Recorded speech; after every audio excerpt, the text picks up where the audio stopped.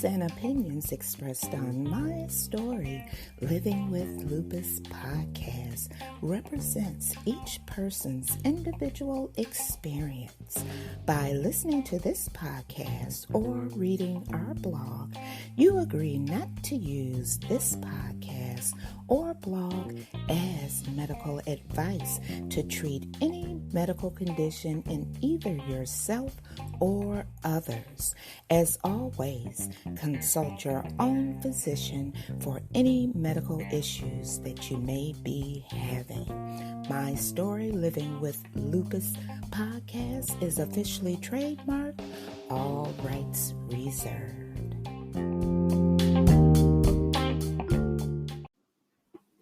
Welcome back to another episode of My Story Living with Lupus. I'm your host, Susan Hendricks, and I'm so glad that you could join me on this last day of January. That's right, it's January the 31st, 2020.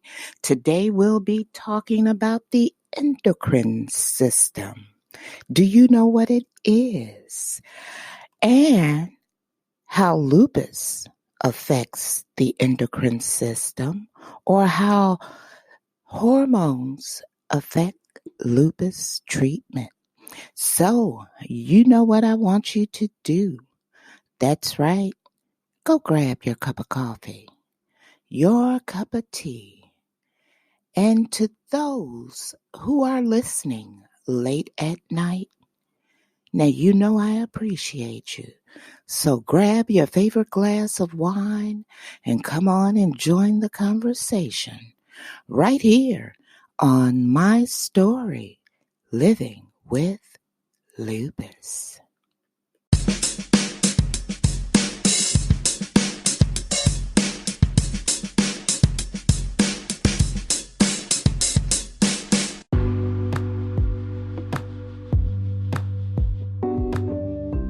Abundant Harvest Aquaponics, planting seeds to grow food and creating opportunities for people and families. You can contact this nonprofit organization at www.abundantharvestaquaponics.org.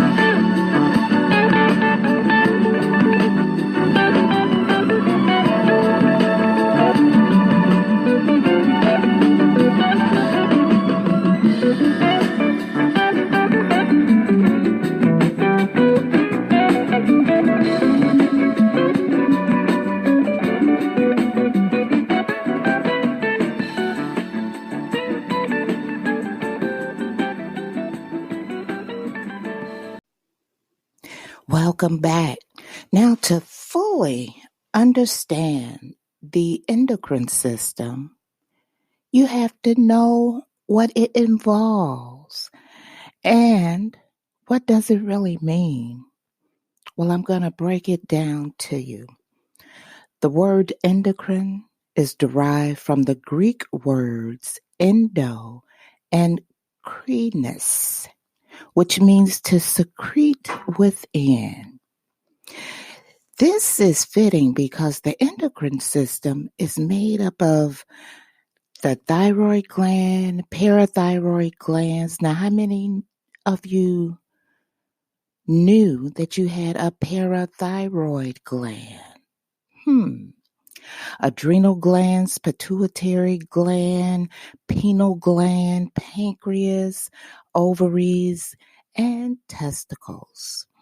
These glands produce and secrete hormones that maintain and regulate tissue function, metabolism, sleep, mood, reproduction, growth, and development. But you know what? It basically helps you to survive and, oh yes, thrive. The endocrine system is a network of glands in your body, like I stated before, that make the hormones that help cells talk to each other. They're responsible for almost every cell, organ, and function in your body. Now, if your endocrine system isn't healthy, you might have problems developing during puberty, getting pregnant, or even managing stress. And the dreaded, you might gain weight easily, or have weak bones, or a lack of energy because too much sugar stays in your blood instead of moving into your cells where it's needed for energy. Now, a gland is an organ that makes and puts out hormones that do a specific job in your body. Endocrine glands release substances that make into your bloodstream. Now, the endocrine system function makes hormones that controls your mood, growth, development, metabolism, organs, and reproduction. Controls how your hormones are released, sends those hormones into your bloodstream so they can travel to other body parts. Now, parts of the endocrine system are many glands make up the endocrine system. The hypothalamus, pituitary gland, pineal glands are in your brain. The thyroid and parathyroid glands are in your neck. The thymus is between your lungs. The adrenals are on top of your kidneys, and the pancreas is behind your stomach. Now, for women, your ovaries. Yes, I'm going to talk about your ovaries. Or for men, the testes are in your pelvic area. The hypothalamus, this organ connects your endocrine system with your nervous system. Its main job is to tell your pituitary gland to start or stop making hormones. Now, the pituitary gland is in the endocrine system, master gland. It uses information it gets from your brain to tell other glands in your body what to do. It makes many important hormones, including growth hormones, prolactin, which helps in breastfeeding moms to make milk, which manages estrogen in women and testosterone in men. Now the pineal gland. It makes a chemical called melatonin. That's right. That helps your body get ready to go to sleep.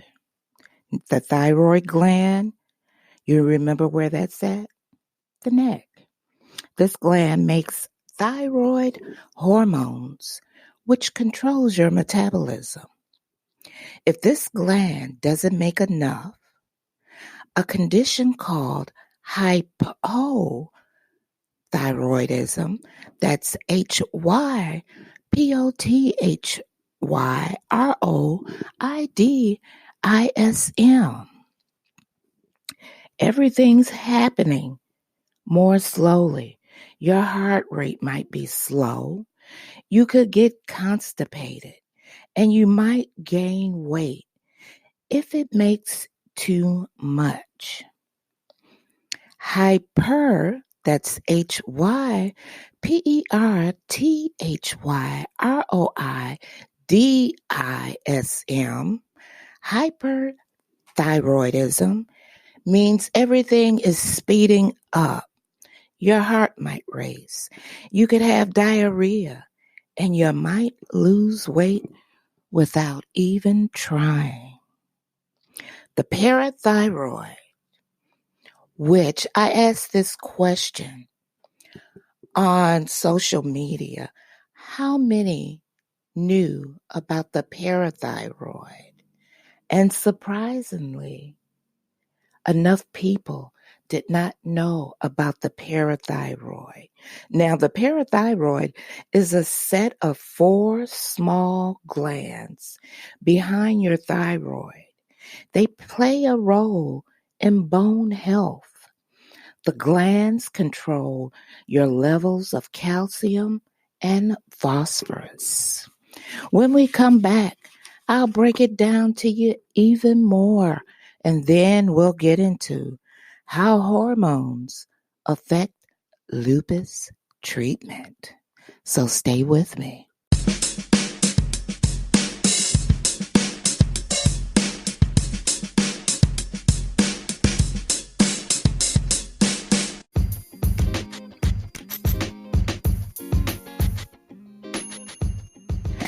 The Charlie E. and Minnie P. Hendricks Foundation for Chronic Illness Awareness. See one, reach one, educate one to empower the masses, giving hope and empowering those who suffer from chronic illness.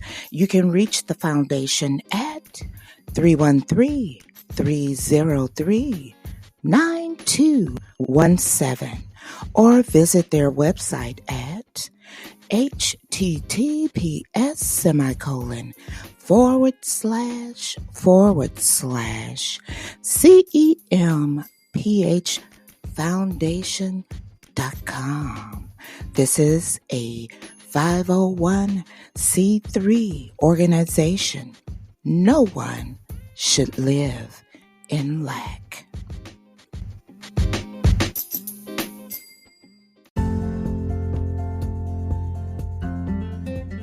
Ophthalmology Associates, PC, Drs. Berman and Dr. Zuckerbrod, treating diseases of the eye and eye surgery. You can reach them at 313-341-3450.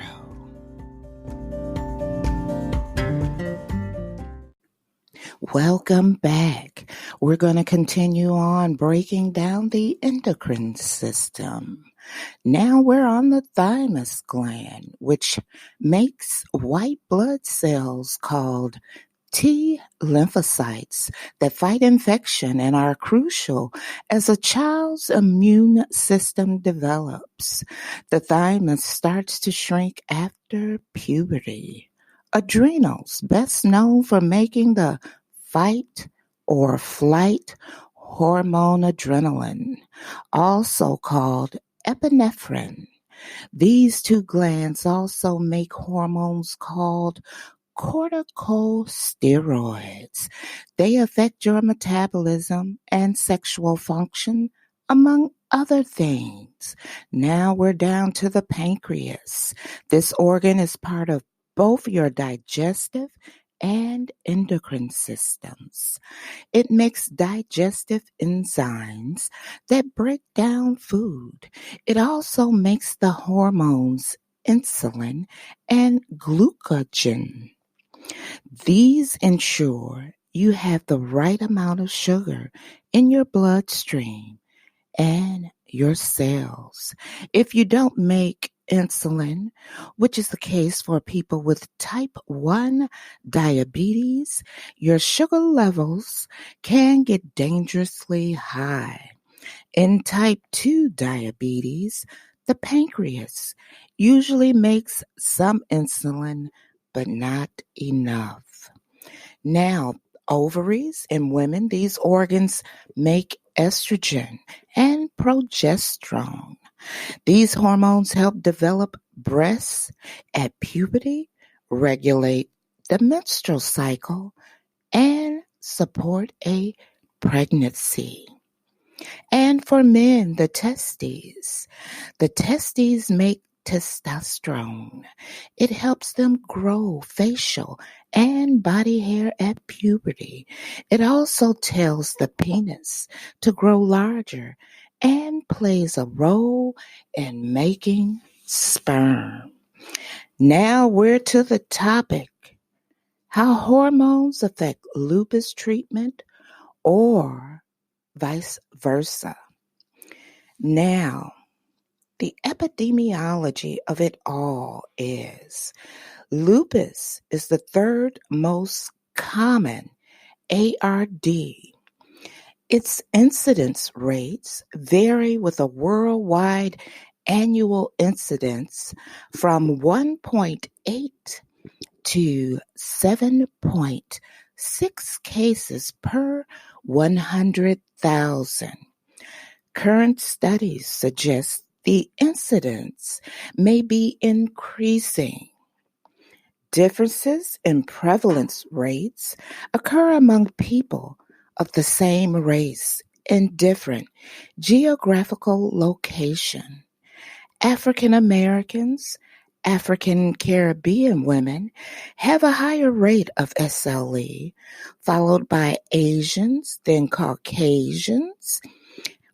3 in 1 in 10,000 white males, 1 in 1,000 white females, and 1 in 250 African American females have SLE in the United States.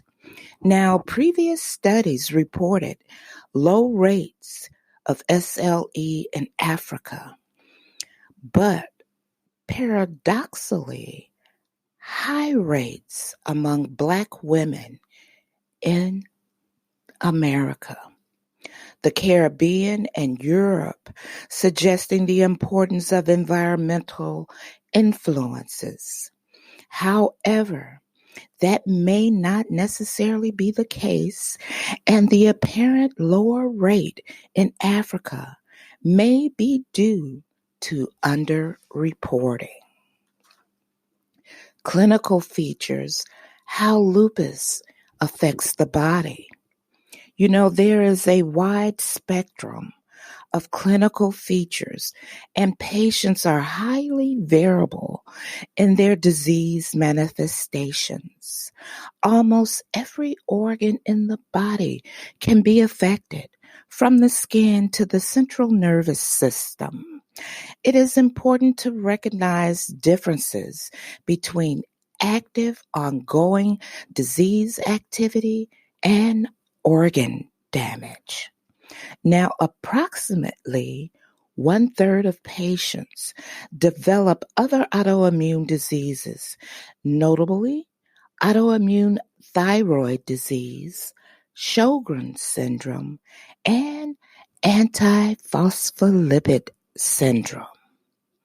When it comes to the management, systemic lupus erythematosus, the social and psychological effects of both the chronic disease and its therapy, combined with its effects on fertility and pregnancy, must be recognized and dealt with by physicians and patients.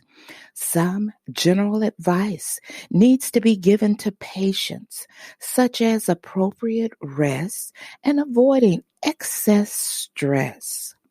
Avoidance of ultraviolet light exposure is recommended because this may cause disease flares and a photosensitive rash.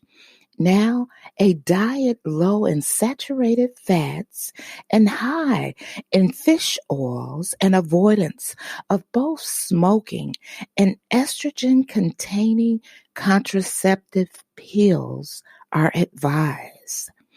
Now, because fatigue is common, a careful exploration of causes of fatigue, including anemia, hypothyroidism, and fibromyalgia by the physician is important.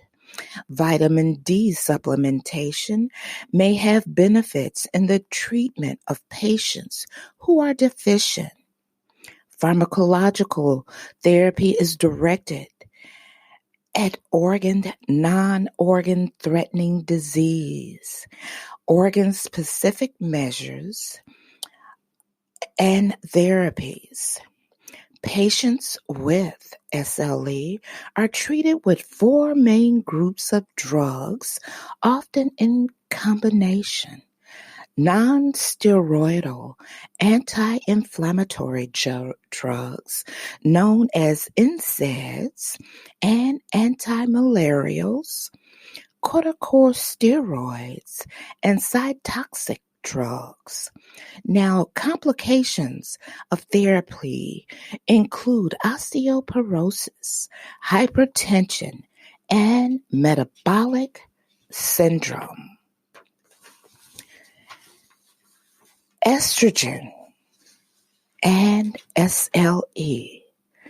Studies in humans have examined the metabolism of estrogen in both females and males with SLE. Hydroxylation of estrogen toward feminizing 16-hydroxy metabolites was the predominant route in patients with SLE, male and female. Now, the connection between androgens and SLE. In the absence of corticosteroids that decreases levels of the free testosterone, oxidation of testosterone at C19 was increased in female patients with SLE. Males did not show this metabolic aberration. For many years, the occasional observation of autoimmune disease in males with Klinefelter syndrome or acquired hypogonadism has reinforced the link between the absence of androgens and worsened disease in humans.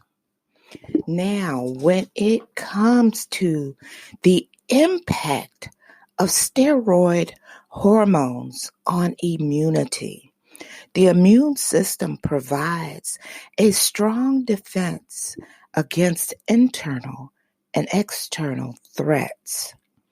However, factors produced in the microenvironment can either enhance or limit its activity and lead to immunopathology. Steroid hormones alter both innate and adaptive immune processes and steroid hormone receptors. Estrogen receptors and progesterone receptors are expressed by a variety of immune cell populations, including granulocytes, natural killer cells, monocytes, and B and T lymphocytes, which can affect disease outcome. Many autoimmune inflammatory conditions, such as SLE, exhibit gender differences in incidence. This suggests a role for sex hormones in disease development. Numerous studies, human and animal model, provide evidence for bidirectional communication between the immune and endocrine systems and disruption in communication that contribute to susceptibility and severity of the disease. The endocrine system plays a big part when it comes to SLE. Have your doctors ever suggested to you that they wanted to send you to an endocrinologist? Now, an endocrinologist is one who specializes in the endocrine system. Or have you suggested to your physician that you needed to see an endocrinologist?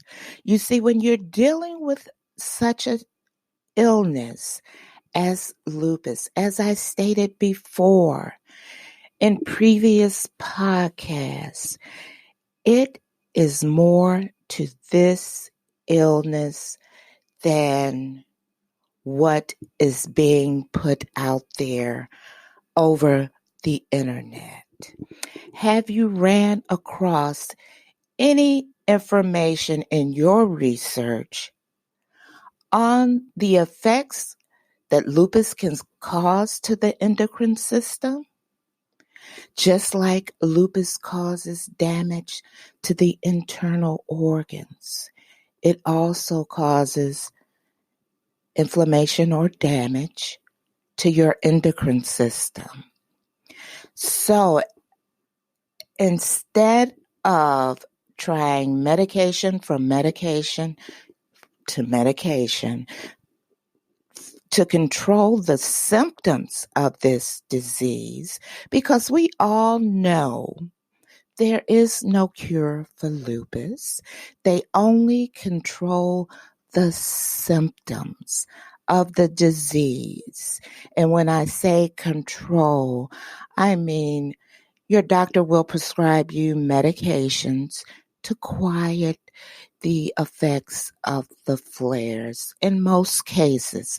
But everybody who deals with this illness cannot be put into a box, because this illness is not a one-size-fits-all illness.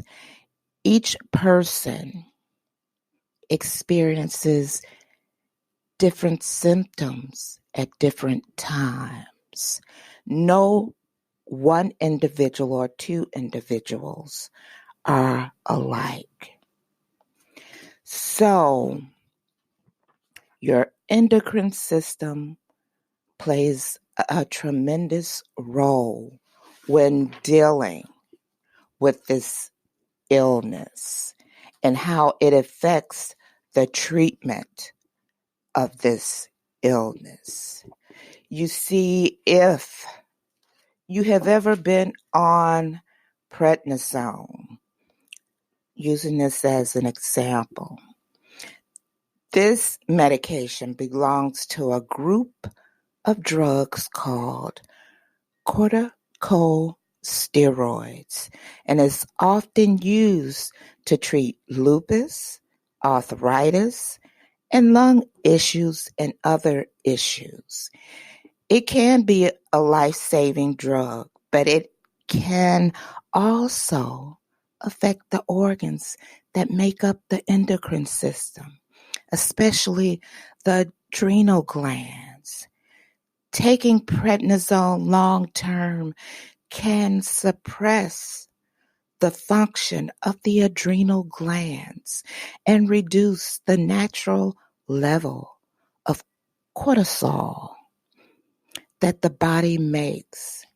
This may result in adrenal insufficiency or adrenal crisis. Now, it is extremely important, if you're on this medication, to take prednisone exactly how your doctor prescribes it. Never stop it or skip a dose. Now, other hormones may be suppressed by taking prednisone. And taking a DHEA supplement while on prednisone may help counteract any negative endocrine effects. Now, have your doctor ever explained that to you? Or has your doctor put you on a DHEA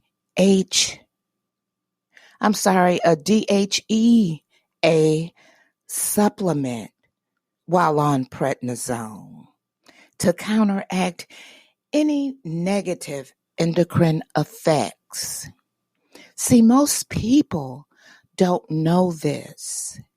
Some of us just believe in the doctor writing a prescription and telling you how to take it, and not asking questions to the physician about taking the drug and what side effects that it can cause to your endocrine system. Now, if you have been taking prednisone for an extended period of time, it is so very important for you to talk to your doctor about any upcoming procedures or surgeries you may be having. Many people require a pre-op stress dose of prednisone to ensure adrenal insufficiency does not occur. And never, ever assume that all your doctors are in the know. If you're not speaking up, how will they know? Doctors are not a mind reader. You can't read the doctor's mind. That's why I tell you to stop sitting back and being quiet when it comes to your health care and when it comes to your life, period. Be empowered. Do the research yourself. Yes, I'm here to give you my knowledge free of charge. I don't even ask you to donate to this podcast. I would never do that. All I want you to do when you go into that doctor's office, to be informed. Speak up. Don't sit back like a clam and not say one word. It's your life. You have a right to know what is going on, what is the side effects of the information. And when it comes to testing, how many of you have had your thyroid tested, your parathyroid tested? It's a simple blood test. If you haven't had that done, the next time you're in your doctor's office, ask the doctor, what was my results for my thyroid testing? And if they state, we haven't tested your thyroid, get your thyroid tested and tell them I want my parathyroid tested also. And if they ask you why, tell them if lupus affects the major organs in your body, it's going to affect your endocrine system. And you want to make sure that your endocrine system is fine. Do that.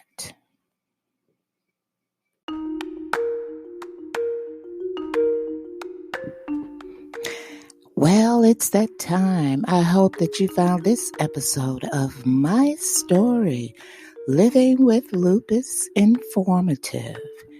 I pray that you know that it is more to this illness than the flares, the rashes, the internal organ damage, and the damage done to the endocrine system, not only from lupus, but some of the medications that we take to control the symptoms of lupus can also be damaging to the endocrine system also. But before I go, I would like to leave you with something to think about. And that something is simply this.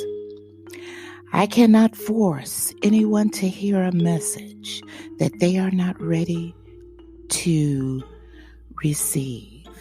But I must never underestimate the power of planting a seed.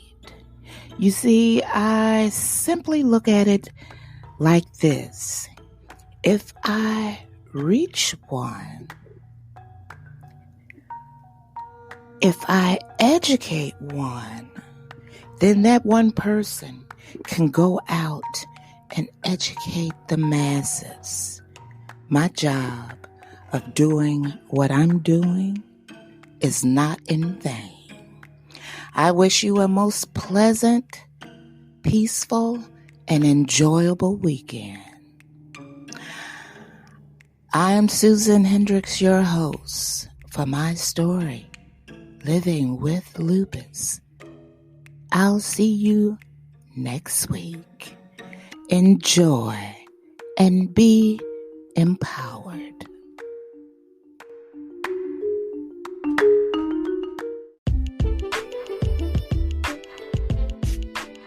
If you would like to appear on an episode of My Story Living with Lupus, you can contact us at mystorylivingwithlupus@gmail.com. Also visit us on our Instagram page and also our website, My Story Living with Lupus.